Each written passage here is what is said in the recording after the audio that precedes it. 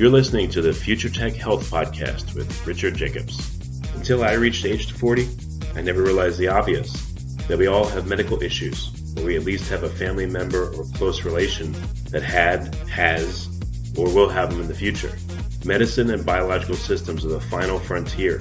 Until we've conquered death, figured out how life began, cured cancer, and understood our purpose in the universe, there's a heck of a lot to talk about when it comes to our health. Future Tech Health means I'll be covering futuristic topics that are actually already in clinical trials, or even starting to appear on shelves or by prescription, or available for your own use. We dive deep into stem cells, CRISPR-Cas9, the science of sleep, epigenetics, medical testing, cancer, ketogenic diets, stem cells, aging, regenerative medicine, and more. My goal for you, the listener, is to learn from these podcasts. You may very well learn something that may change the course of your life for the better, steer you towards a new career, or give you insight into addressing a serious medical problem. Remember, however, this podcast and its content is informational in nature only. No medical, tax, legal, financial, or psychological advice is being given. If you enjoy the podcast, please listen, subscribe, like, and share it with friends. Thank you. Hello, this is Richard Jacobs with the Future Tech and Future Tech Health podcast, and I have Dean Ornish, MD. Dean has been pretty famous in the diet, health, and lifestyle world for a long time, probably as long as I've been alive is my guess, but he's a multiple-time author. He has a new book out called Undo It. He's directed anti-aging research. He's just been involved, like I said, in health and wellness for many, many, many years. So, Dr. Ornish, thank you for coming. Thanks for your interest. I'm happy to be here. Yeah, if you don't mind going back in time, what started your interest in health and your health journey? Oh, gosh. Well, when I was in medical school, I was learning how to do bypass surgery with Dr. Michael DeBakey, one of the pioneers who invented the operation. And at first it was, fun and exciting to expose a beating heart. There's kind of an Aztec priest quality to the whole thing. But it was ultimately disheartening in every sense of the word because we'd cut people open, we'd bypass their clogged arteries, he'd tell them they were cured. And more often than not, they'd go home and do all the things that had caused the problem in the first place. Eat junk food, smoke cigarettes, not manage stress, not exercise. And often their new bypasses would clog up and we'd have to cut them open again, sometimes multiple times. So for me, bypass surgery became a metaphor of an incomplete approach. We were literally bypassing the problem without also treating the cause. And I wonder what would happen if we treated the cause, which are really, to a large degree, the lifestyle choices that we make each day. And in a series of studies, we were able to prove for the first time that even severe heart disease could actually be reversed. Instead of the arteries getting more and more clogged over time, they got less and less clogged. And the chest pain went away in most people. And they were able to often reduce or get off of medications that they were told they would have to take under their doctor's supervision for the rest of their life.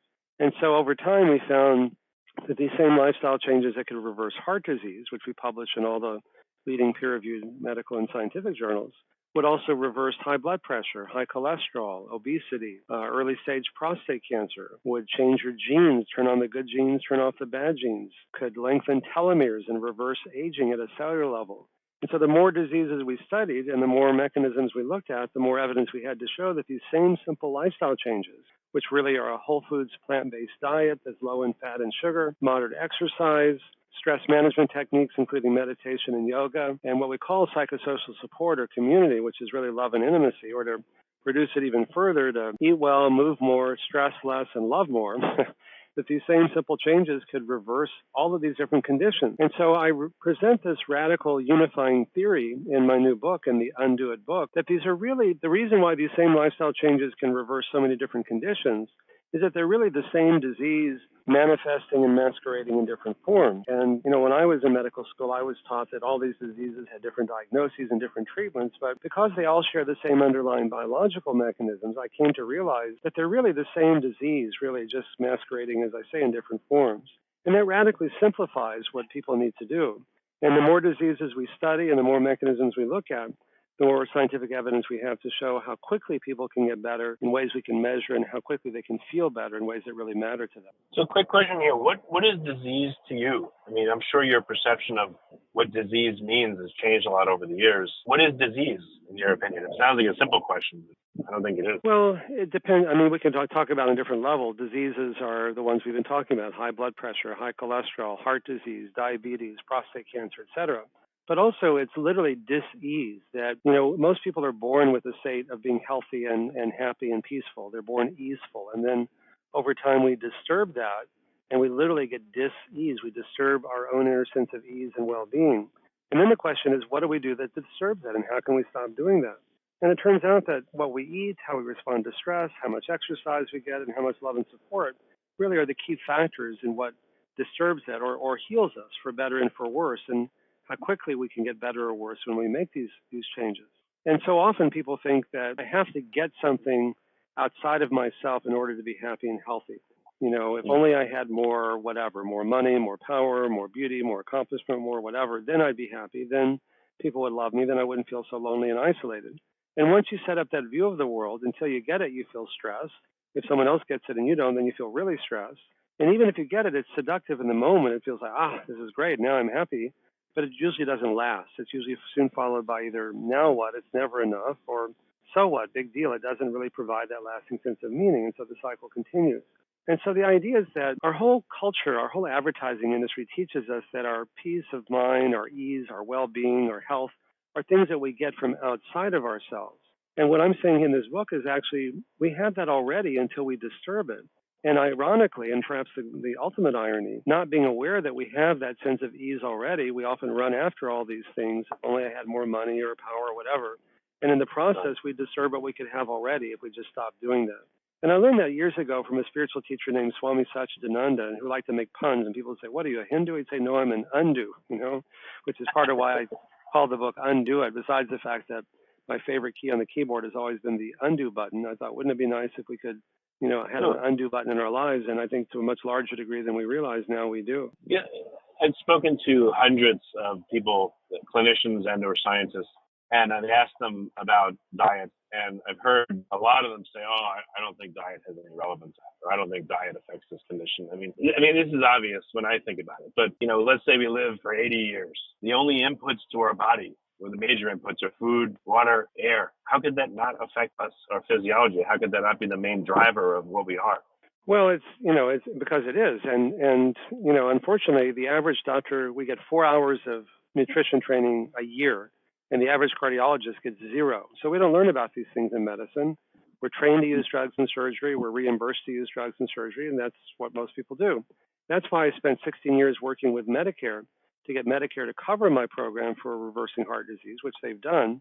And through a company called ShareCare, we've been training hospitals and clinics and physician groups around the country. If you go to our website, which is Ornish.com, it lists the sites that we've trained, and Medicare and most insurance companies will pay for 72 hours of training.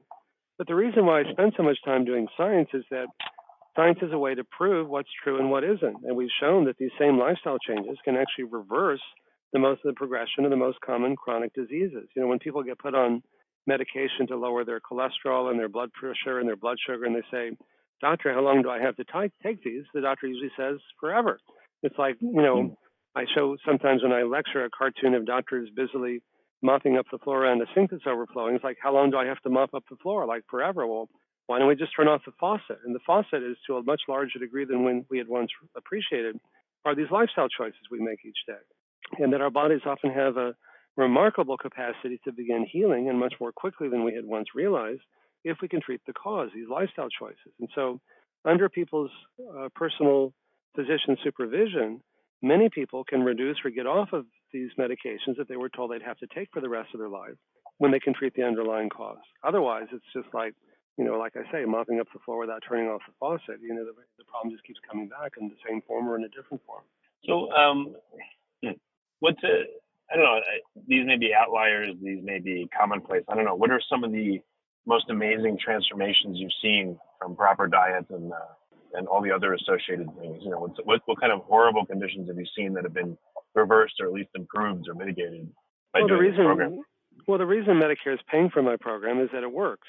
Most people who have heart disease, people who literally can't walk across the street without getting severe chest pain or angina, they can't make love with their spouse or play with their kids or, go back to work without getting chest pain. Within usually 3 weeks or so, they're essentially pain-free. There's a 91% reduction in the frequency of chest pain in just a few weeks.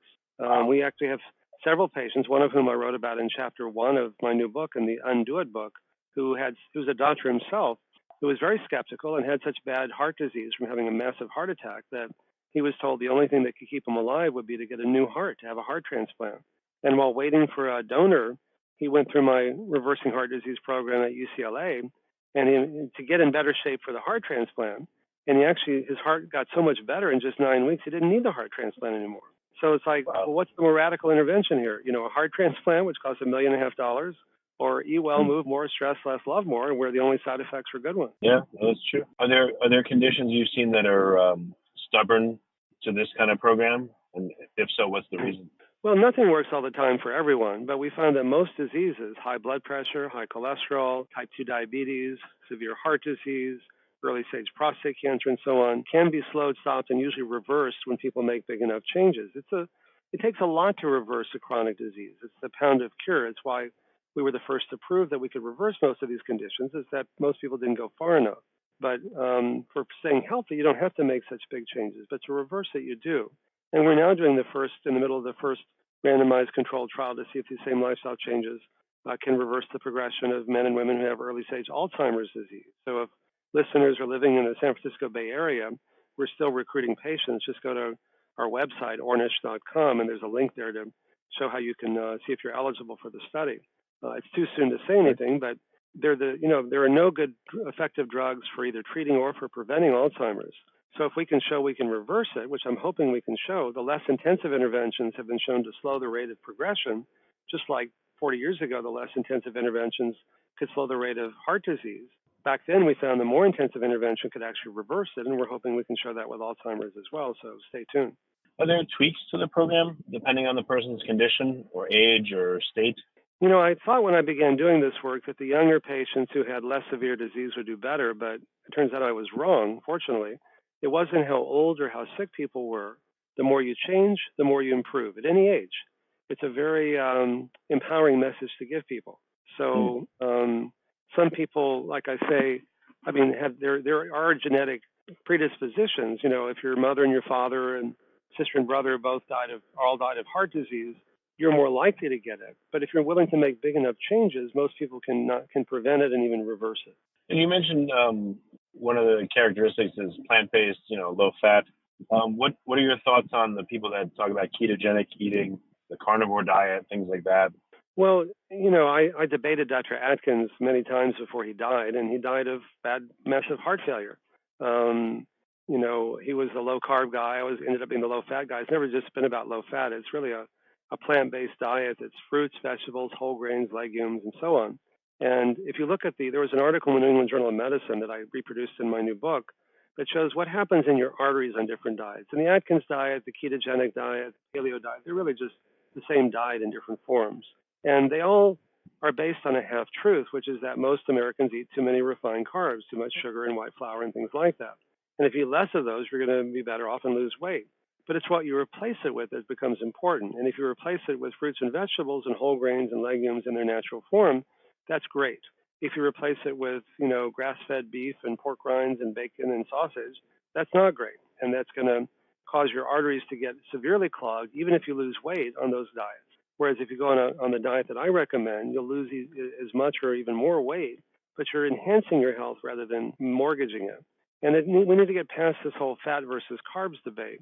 It turns out that animal protein itself is harmful, and people who eat a lot of animal protein have 75% increased risk of premature death from all causes, and a 400 to 500% increased risk of premature death from heart disease, from type 2 diabetes, and from the most common forms of cancer. So there's more evidence than ever showing that an optimal diet is actually low in refined carbs like an Atkins or paleo diet, but high in the good carbs, in the fruits and vegetables and whole grains and legumes and so on, that have plenty of protein and have lots of substances that have anti-cancer, anti-heart disease, and anti-aging properties. So studies show when you go from a meat-based diet to a plant-based diet, you're getting a double benefit. You're not only reducing the things that cause you to get sick, but you're getting hundreds of thousands of others that are protected. And there's a new film that will come out soon called The Game Changers that James Cameron and Luis Hoyos and others did, that follows and shows that elite athletes who went on plant-based diets raised their game and became mixed martial artist national champions and Olympic medalists, and the NFL Titans won their first playoff game in 15 years and so on, and your sexual function improves. So it shows that there's so many myths about eating a plant-based diet that you're a wimp and you don't get enough protein. Even Arnold Schwarzenegger, is on there saying, you know what makes for a strong body? It's plants, not meat. The elephant and the oxen get their protein from plants. You go back to the source and you can become even stronger. Again, I'm not everybody. I haven't seen all the studies, but I've seen studies that support what you're saying. But when it comes to meat, I haven't seen studies that try to tease apart, lots of protein, lots of meat that's non-grass fed that may have hormones and antibiotics in it, and then grass fed, natural stuff without hormones, without antibiotics. Have you seen any studies that really have separated these out? Or meat with sugar, meat without sugar? I haven't seen a really careful dissection, so I wonder if there's confounding factors in this. Well, there are. I think probably all things being equal, grass-fed beef is better than antibiotic-treated beef, for lots of reasons, not the least of which is you're more likely to get antibiotic residues when you eat those meats, which can cause resistance. But there's a great scene in the Game Changers film that I think will really wake a lot of people up, where they gave these 3 elite athletes who are in their mid-20s, so they're obviously really physically healthy. They gave them either a meat-based meal, which was organic chicken or pork or grass-fed beef without antibiotics or sugar, and then they measured the frequency and hardness of erections they got at night when they slept, which is a normal guy function. And the next day they gave them a single plant-based meal, just one meal, and they did the same thing. And they found that after the plant-based meal, compared to the organic and grass-fed beef meal, all 3 guys had 300 to 500% more frequent erections and 8 to 15% harder erections after one meal.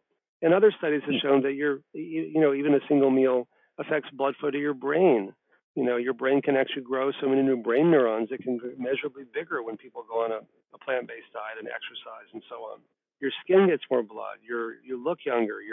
Your heart gets more blood flow. You can reverse heart disease, we showed for the first time. Your sexual organs get more blood flow. It's a diffuse process because your arteries are less clogged throughout your body. Your endothelium, the lining of the artery, is very responsive, and minute-to-minute changes in how dilated or contracted your arteries are. The narrator all the way through this Game Changers film was the mixed martial artist national champion who realized that the ancient Roman gladiators actually ate a plant-based diet because their lives depended on it. And so, yes, there's a lot of evidence out there showing that an optimal diet is really a whole foods plant-based diet. And when you say plant-based, is vegetarianism going too far? Is veganism going too far? Or does that all fall under plant-based? Those are different types of plant-based diets. Think about the ounce of prevention and the pound of cure. Our work was able to show for the first time that we could actually reverse these different chronic diseases. But that's essentially a vegan diet. There's very little, if any, animal protein at all.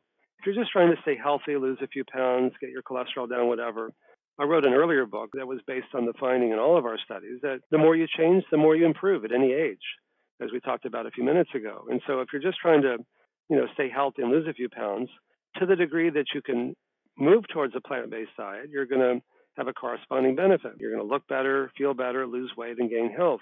But if you're actually trying to reverse a life-threatening condition, that's the pound of cure, which is what the Undo It book is about. It takes a lot more to do that, and that's why we were the first to prove that, is because most people didn't go far enough to actually reverse it. So going far enough could be veganism, or is there a different flavor or mixture of things that you should eat? What's ideal to you? I know it's different for everybody, but as close as you can come, what's ideal? If you're trying to reverse a life-threatening condition, to the degree you can move towards a vegan diet, but it's not just a diet. Again, it's an hour a day of meditation and yoga, a half hour a day of some kind of exercise, like walking half an hour a day, and the social support, the love more part. Eat well, move more, stress less, love more, the 4 components. Study after study has shown that people who are lonely and depressed, which I think is the real epidemic in our culture, people who are lonely and depressed are 3 to 10 times more likely to get sick and die prematurely from virtually all causes when compared to those who have a sense of love and connection and community. And I don't know anything in medicine that has that big an impact.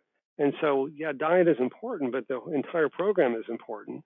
And the reason why I present this unifying theory that these are all the same disease manifesting in different forms is that they all share the same underlying biological mechanisms, things like chronic inflammation, oxidative stress, overstimulation of the parasympathetic nervous system, changes in the microbiome, and telomeres, and gene expression, and angiogenesis, and so on. And each one of these mechanisms, in turn, is directly influenced by what we eat, how we respond to stress, how much exercise we get, and how much love and support we have.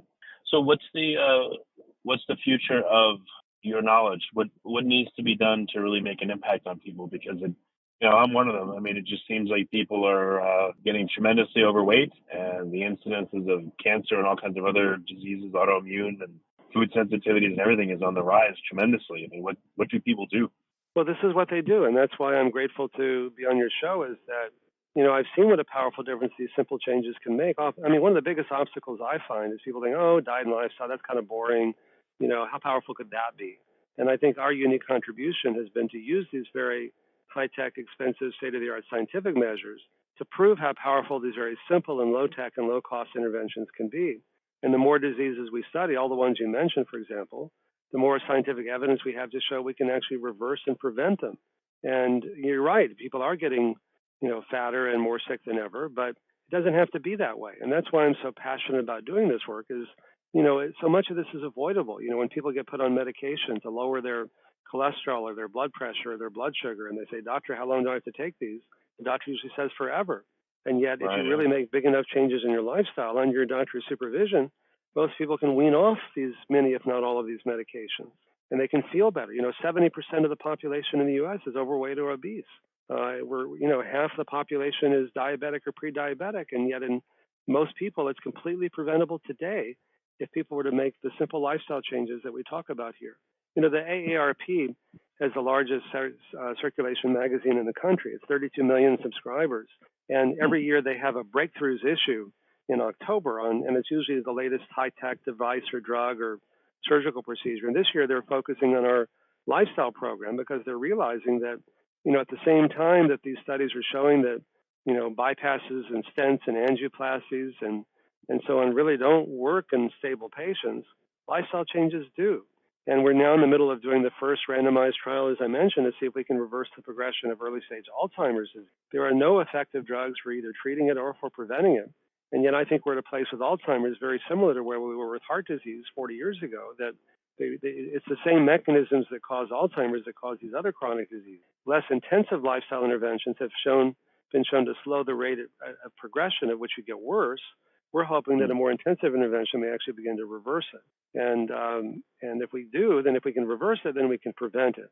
And, people are more afraid of Alzheimer's than any other disease because when you lose your memories, you lose everything. And as the population ages, it becomes more and more of a problem for people. And many people don't even want to know if they're at risk for it because, why would I want to know if I'm at risk for something if I can't do something about it? And now we're finding that we're hoping at least that we'll be able to show that we can reverse it, which will be a real breakthrough, at least in some people. You should joke and tell people you're 300 years old. That would make an impact. Look at you, you're doing good. Yeah, exactly. I usually say, hey, I'm 96. I look pretty good. I don't look a day over 95, right? Yeah. So what are the things that make it difficult, that cause people to give up and fail and not adhere to these, to your methodology, for instance? Well, we've learned that most doctors think that, I can get my patients to take their pills, but there's no way they're going to change their lifestyle. And yet most people are not taking their pills. Half to two-thirds of people who are prescribed statin drugs like Lipitor to lower their cholesterol are not taking them after just 3 or 4 months. And 20 to 25% of the prescriptions never even get filled, even though they're of benefit in people who have heart disease. And the reason is I've learned that information is not enough to motivate most people to make lasting changes in their lifestyle. I mean, if it were, nobody would smoke. It's not like, people go, oh, I didn't know smoking is bad for me. I'll quit today. It's on every package of cigarettes. Yeah. So I'd ask people why do you smoke? Why do you overeat? Why do you drink too much? Why do you abuse opioids? Why do you, play so many video games? These behaviors seem so maladaptive to me. And they look at me, they say, you don't get it, Dean. These behaviors aren't maladaptive. They're very adaptive because they help us deal with our loneliness, our pain, our depression, which I think is the real epidemic in our culture with the breakdown of the social networks that used to give people a sense of love and connection and community. 50 years ago, most people had an extended family they saw regularly, or a neighborhood with 2 or 3 generations of people that grew up together, or a job that felt secure that you've been at for 10 years or more, where you get to know your coworkers, or a church, or a synagogue, or a mosque, or a club that you went to regularly. And many people today don't have any of those things. And we're learning, as I mentioned, that people who are lonely and depressed are 3 to 10 times more likely to get sick and die prematurely, and partly because these behaviors in some ways may seem maladaptive, patients would say things to me like, I've got 20 friends in this pack of cigarettes, and they're always there for me, and nobody else is. You're going to take away my 20 friends? What are you going to give me? Or they'll say food fills that void, or fat coats my nerves and numbs the pain, or we have an opioid epidemic, that numbs the pain, or alcohol or other drugs numb the pain, or video games distract ourselves from the pain, or working all the time is another way of doing that. And so I've just learned that information is important, but it's not usually enough. And focusing on behavior is important, but it's not usually enough. But when we help people focus on changing their diet and lifestyle, they start to feel so much better so quickly. And they start to connect the dots between what they do and how they feel. It's like, when I eat this way, when I meditate, when I exercise, when I love more, I feel good. My pain goes away. I have better sex. I can think more clearly. I have more energy. I can accomplish more. When I do this, I don't feel so good. So let me do more of this and less of that. And then it comes from their own experience because, again, these biological mechanisms are so dynamic. It doesn't take very long to feel better if you make big enough changes. And so the irony and the paradox is that sometimes it's actually easier to make big changes in lifestyle than it is to take a pill because the pill doesn't make you feel better, but the lifestyle changes do. And fear of dying, taking a pill to prevent something bad from happening years down the road is really not sustainable. But if what you get is more than what you give up, and because these lifestyle changes affect these mechanisms so quickly, most people feel so much better so quickly in the ways that really matter most to them, then what they gain is more than what they give up, and how quickly, within hours, they can experience the benefits. That makes it really sustainable. And that's why in the hospitals and clinics and physician groups we've trained around the country, we're getting bigger changes in lifestyle, better clinical outcomes, bigger cost savings, and better adherence than anyone's ever shown before. People are social creatures. So maybe what about Ornish clubs, establishing them all over the world? No, seriously, where people get together so they're not alone and they can share experiences and literally do things together. Maybe that's what would be a good add-on to the program or get a lot more widespread adoption of it. I agree with you. I mean, that's why in our programs, that's why I spent 16 years to get Medicare to cover it. And when they finish their 72 hours, they continue to meet amongst themselves, sometimes virtually using Zoom and so on. Because when you form these bonds with other people, it's so meaningful. Most people want to continue them way beyond when the study itself ends or the program itself ends. So, yeah, I agree with you. We need the Ornish potluck club, but not so potluck when they bring good food, Something like that. Well, so all the work you've done over all the years, I mean, do you see that you're making a bigger and bigger impact, or there are forces that are keeping you in the same spot or pushing you back? Like, what's your overall perception of how's progress? Well, there are forces. This program has something to threaten, the drug companies, the medical industry, industrial complex, the dairy, meat, and egg industries, and so on. There's a lot of resistance to it. But I think there's a convergence of forces that after 4 decades make it the right idea at the right time. And it's very encouraging to me. On the one hand, there's more evidence that the conventional drugs and surgery really don't work nearly as well as most people thought. As I mentioned, there are 8 randomized trials of stents that have shown that stents and angioplasties don't prolong life, don't prevent heart attacks, and don't reduce chest pain. Men who have early stage prostate cancer, there are 2 10-year studies in the New England Journal of Medicine showing that they don't, that those who had surgery or radiation don't live longer than those who don't, and yet the complications of those operations, often people will get maimed in the most personal ways with either becoming impotent or incontinent or both for no real benefit at huge economic and personal costs. Maybe 1 out of 50 men actually benefits from the surgery or the radiation. In the case of type 2 diabetes, which, as I mentioned, half the population today is diabetic or pre-diabetic at a cost of $320 billion a year, getting your blood sugar down with drugs doesn't prevent the horrible complications of type 2 diabetes nearly as well as getting it down with diet and lifestyle. And we're also reaching a tipping point with healthcare costs because we spent of the $3.6 trillion that we spent last year on healthcare, which is mostly sick care. It turns out that 86% of that is for treating chronic diseases that can be largely prevented, often prevented or even reversed by making simple lifestyle changes at a fraction of the costs, and the only side effects are good ones. 5% of people account for up to 80% of all healthcare costs, and those are generally the ones who have chronic diseases. So for all these reasons, we found we could cut overall healthcare costs in half in the first year when people made these changes. And so for all these reasons, I think that there's a level of interest in our work that makes me very optimistic that things really are changing for the better. So this is like it's a rhetorical softball, but I have to ask anybody, when is it too late for someone to improve their life and help themselves? Well, that's the nice thing is that as long as you're alive and stable, we found that the more you change, the more you improve at any age. So, try it for yourself and you'll see. Yeah, out of curiosity, do you have any like centenarians that have ever given you feedback on the program, or people in their 90s?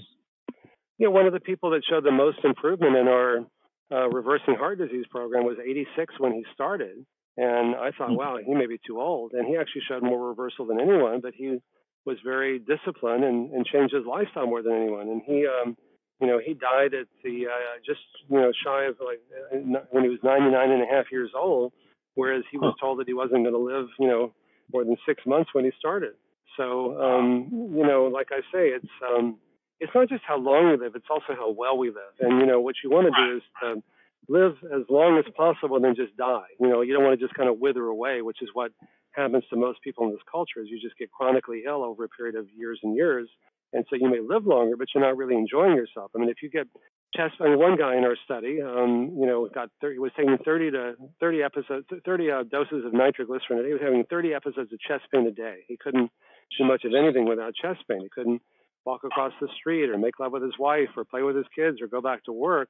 His doctor said, you shouldn't really talk to him and you shouldn't recruit him to be in your program because, I don't think he's going to live more than 6 months. And, he outlived his doctor. That was 33 years ago. His doctor died in the meantime, and he's still doing well. He's now 87 years old. So, it's and doing well, and he hasn't had any pain now in years and years. So that's why I'm so passionate about doing this work. People think, again, how powerful could diet and lifestyle be? And it turns out really, really powerful. Yeah, we have a dozen men and women who were so sick they were told they needed to have a heart transplant, and when they changed their lifestyle, they were able to avoid it. That's how powerful these approaches can be. Well, that's really cool. Those are some great stories. Do you have any personal stories? Have you had any health issues that your own work has helped you on? I don't know if you want to disclose them, but any stories that really that hit you. Well, that's how I got interested in doing this work in the first place. Was I was suicidally depressed when I was in college. I came very close to killing myself. That was my doorway. And then I learned that these same approaches, which really helped me, rediscover inner sources of peace and joy and well-being. Later, when I went to medical school, I realized could help a lot of other people too. And so that's really part of the other reason I'm so passionate about doing this work, is I feel like, that was my doorway. And when someone's suffering, there's an opportunity and an interest in change because, change is hard. But if you're hurting enough, then the idea of change becomes more appealing. And then when you start to make these changes and you start to feel so much better so quickly and rediscover inner sources of peace and joy and well-being, and, you don't need as much sleep, and you're looking younger, and your sexual function improves, and your chest pain goes away, or whatever it happens to be that's important to you, or your athletic performance improves, like in the Game Changers movie. Then you kind of look. I've had so many people say things to me like, having a heart attack was the best thing that ever happened to me. And the first time I heard that, I thought, like, what are you, nuts? And they'd say, no, that's what it took to get my attention to begin making these changes that have transformed my life to such a degree that I might not have ever done it otherwise. And so that, to me, is part of the opportunity, is that we don't look for suffering, but sometimes there it is. But if we can help guide people when they're suffering to show them how they can use that as a doorway for transforming their lives, then it can be very powerful. And that's what brings meaning to my life. Well, that's great. This has been an inspiring conversation. So, I want people listening to say, all right, well, how do we take that first step? So what do you recommend? Where should they start? Well, they say the journey of 1,000 miles begins with the first step. And that's why my wife and I wrote this book, the Undo It book, is we try to radically simplify, what we're doing. Steve Jobs was one of my closest personal friends, and I learned from him. Really? He would say things like, I'm more proud of what I left out of the iPhone than what I put in it. In other words, if you really spend your whole life doing something, you can reduce it down to its essence. Eat well, move more, stress less, love more. It's all in the book here to radically simplify it and to show you the science behind it and how you can really incorporate this into your life. Oh, okay. So the book, and then people should also go to the website, Ornish.com? The website, Ornish.com as well. Sure, absolutely. And everything on there is free. Okay. That's fantastic. Dean, thank you for all that you do and your work for so many years and, changing people's lives. I appreciate you being here. Oh, you too. And to me, awareness is the first step in healing. So I'm deeply grateful to you for helping me share this with your listeners. And I hope that at least a few of them, it's been beneficial. Excellent.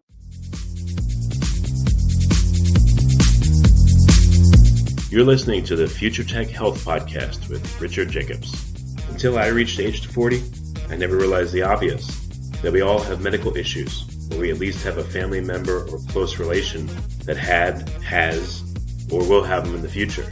Medicine and biological systems are the final frontier. Until we've conquered death, figured out how life began, cured cancer, and understood our purpose in the universe, there's a heck of a lot to talk about when it comes to our health.